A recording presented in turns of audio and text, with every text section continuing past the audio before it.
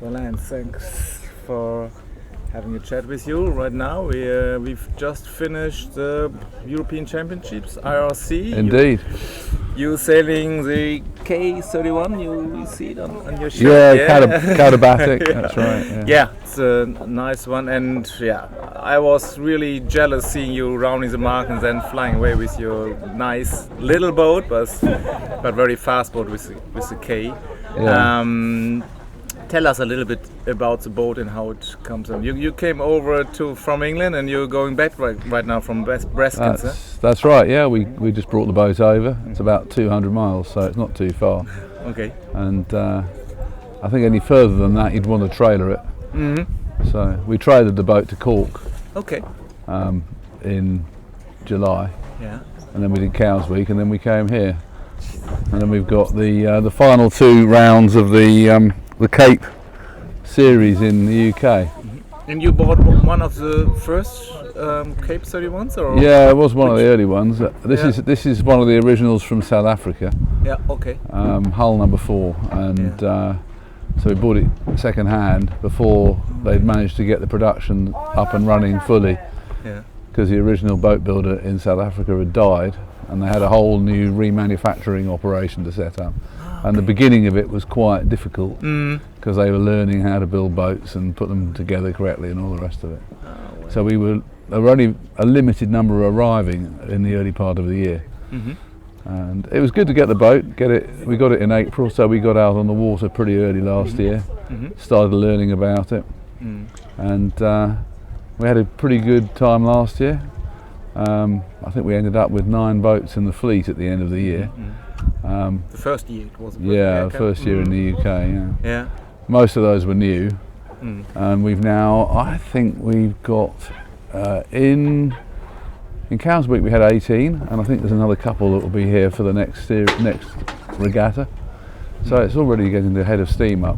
There's a fair number of boats. So overall, it's about 30, or in the world? Yeah. Oh, I think there's somewhere pushing 45. 45. Yeah, It's quite a few have been. unbelievable. Yeah, it is pretty good. Yeah. There's a few in Australia, in America, but I'm not particularly familiar with the detail of how many there are and where they are. But I know there are some in the USA and Australia. But it's a success story. There's one here as well now. Yeah. Arrived during this regatta, I think, in the middle. Ah, okay. They bought it in the Netherlands. I read it somewhere. Huh? Yeah, that's right. Yeah. So, what do you think it's the best about this boat? I mean, we sailed together on IRC1 here on the same course, and obviously I was a little bit jealous seeing you hoisting the kite and then just get it going, and it looks like pretty much fun. You're much faster than the bigger boats. I mean, we had a 40-footer and you, but it's a pretty modern 31. There's 2 things I can say about it. One is that we're carrying Cat 3 equipment, which weighs about 100 kilos, and I think that that definitely makes a difference on the amount and how early we can plane. I think we probably hadn't appreciated how much difference that would make, but it probably needed 2 more knots. Of wind speed to really get it going. That definitely handicapped us during this regatta. Earlier in the year we were in the IRC Nationals in the UK and the Solent, and there was and the first 10, I think there were 6 capes. Certainly we were third, and there were 2 capes, first and second. So they're fast boats if you can get them going, and also in the real light. You know, when you get real light conditions, they're pretty quick then, because the whole design is quite clever, the way it works. And that's a lot of the learning that you need on these boats, is about how you actually have to manage that.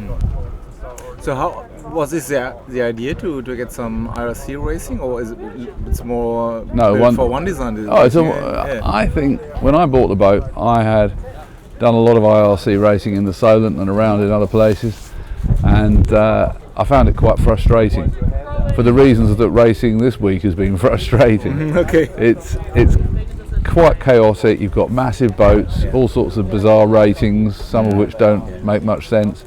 And when you go out on the water on one of these, first of all, it's purely a race boat. You're not trying to pretend it's a cruiser. And I don't know any owner in the UK that doesn't love the boat. Everybody gets off the water with a grin. It's definitely one of the best boats, I think, for an owner driver to get their hands on. So it's more the one design. That was the reason why I got involved with it. Yeah. But you could have said J70 or maybe bigger classes. I don't know. It's too small for you, or? I thought the J70 was a bit of a lemon, really. Yeah. I didn't really like it. Yeah. You tried it, or? Yeah. Yeah. Okay. Yeah, I think it's. I don't really understand how it ended up having as many boats, because it's not really very exciting. Yeah. It's a little cheaper, isn't it? I don't think there's a massive amount of difference. What is the price for the K31 if you build Okay, it? Cape31 is. You'll have to ask Dave. Dave. Yeah. Price on the water for a Cape31. On the water. 280. Euros. 240. Okay. Like that. Shipping, commissioning, sales. 240. So you need a trailer? Yeah, we're working on trailers at the Okay. moment. So tilt trailers to get around Europe. Oh, cool. Okay. So That's a good price. Sounds reasonable. Yeah. Yeah, it is, compared yeah. to other boats. If it was a J boat, it would be 400. Yeah, that's right.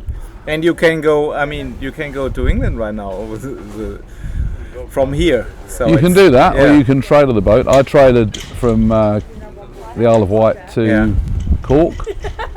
Two other boats did the same, so we got different trailer solutions, but we all trailed the boat over there behind a 4x4, so it was So it's straightforward. possible to get it behind the car as a J70. I mean, it's not too wide and it's it needs to be a reasonably Yeah. decent towing vehicle, like Okay. a 4x4 probably, that can tow Yeah. a 3.5 ton Okay. trailer. Yeah. But the boat only weighs 1.8 tons, Yeah. so it can be done. Yeah.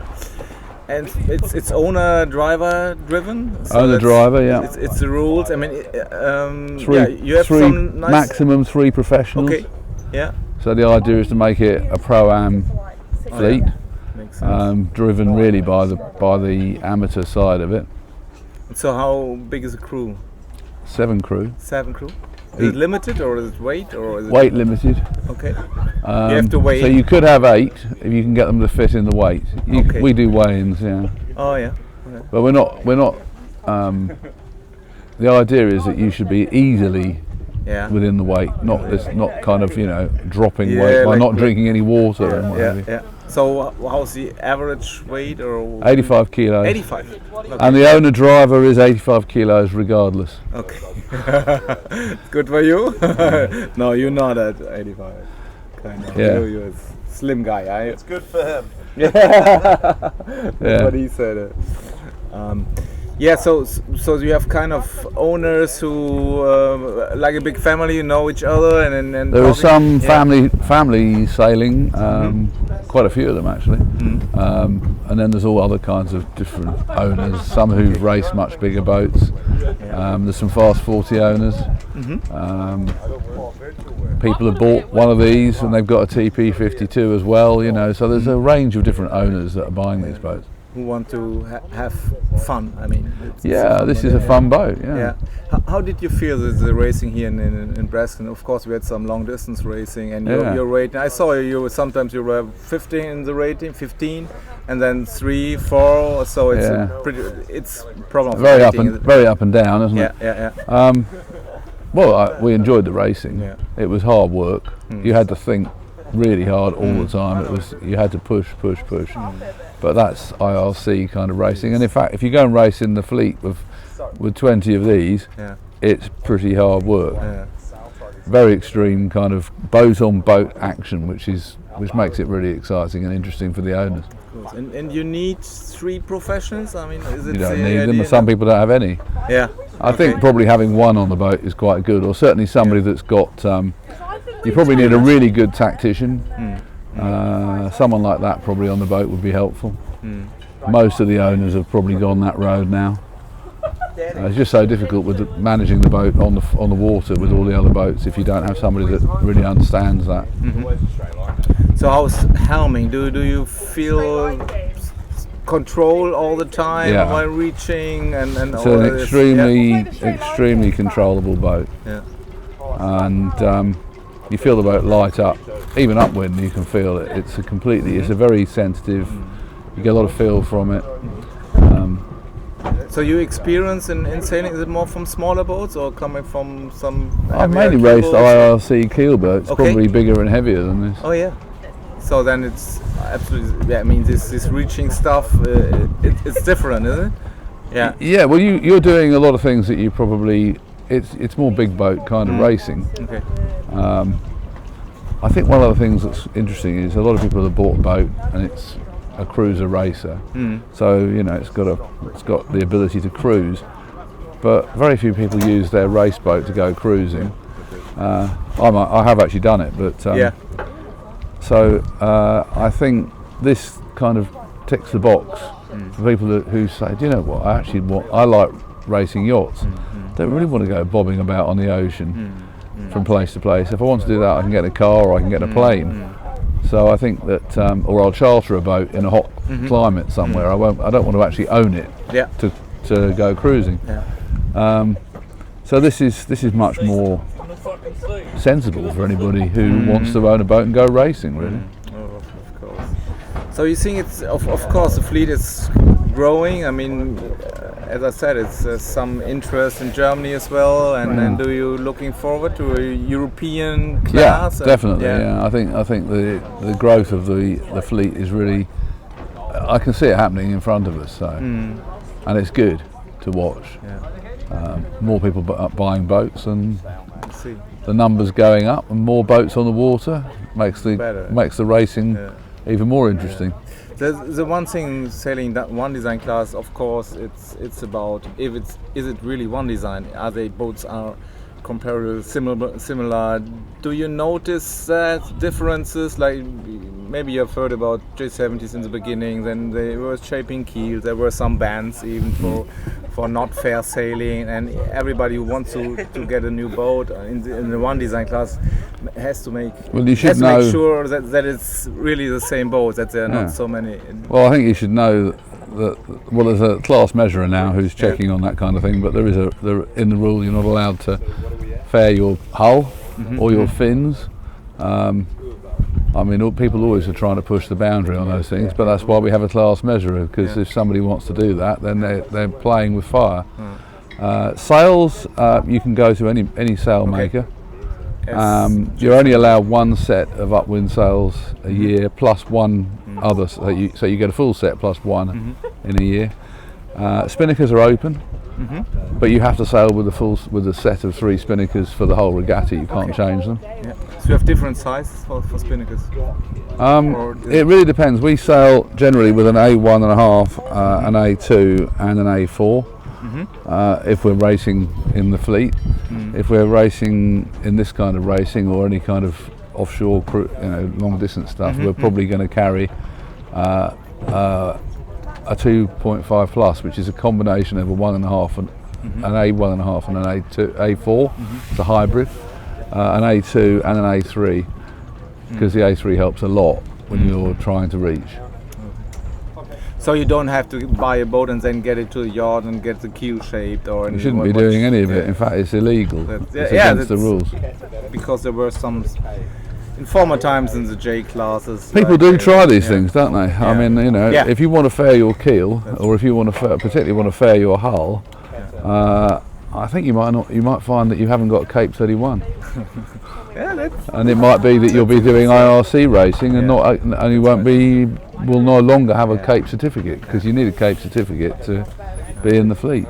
So there's some system that you look for it, like the measurer and people, and of course the owners look for it, because if somebody starts doing this, you can tell if you look at the bottom of these hulls that they are basically from the mould with limited amount of fairing at the factory, but they're not long boarded, and you notice that they all have a fingerprint. I mean, you can see the kind of underside of the hull. There's indentations of the mould that are in all of them. So I think that. So you're happy with that? I think so. Yeah. Similar. Yeah. And obviously they're the same weight within a band. Yeah. the sails have to fit within certain dimensions, Yeah. and that sort of Most important. gives you the limit on what you can do with those. Good. Thanks a lot. It was a pleasure watching you sailing down there. Thank you. Out on the water. And yeah, hope that maybe Germany, Europe, somewhere else there would be. I think it would be great if Germany could get a few of these going. Yeah. Somewhere like Kiel Yeah. would be ideal for them. There's some interests over there, and I know about that. And yeah, we'll see what's going on. Good. Thanks a lot. Thank you. Bye bye. Bye.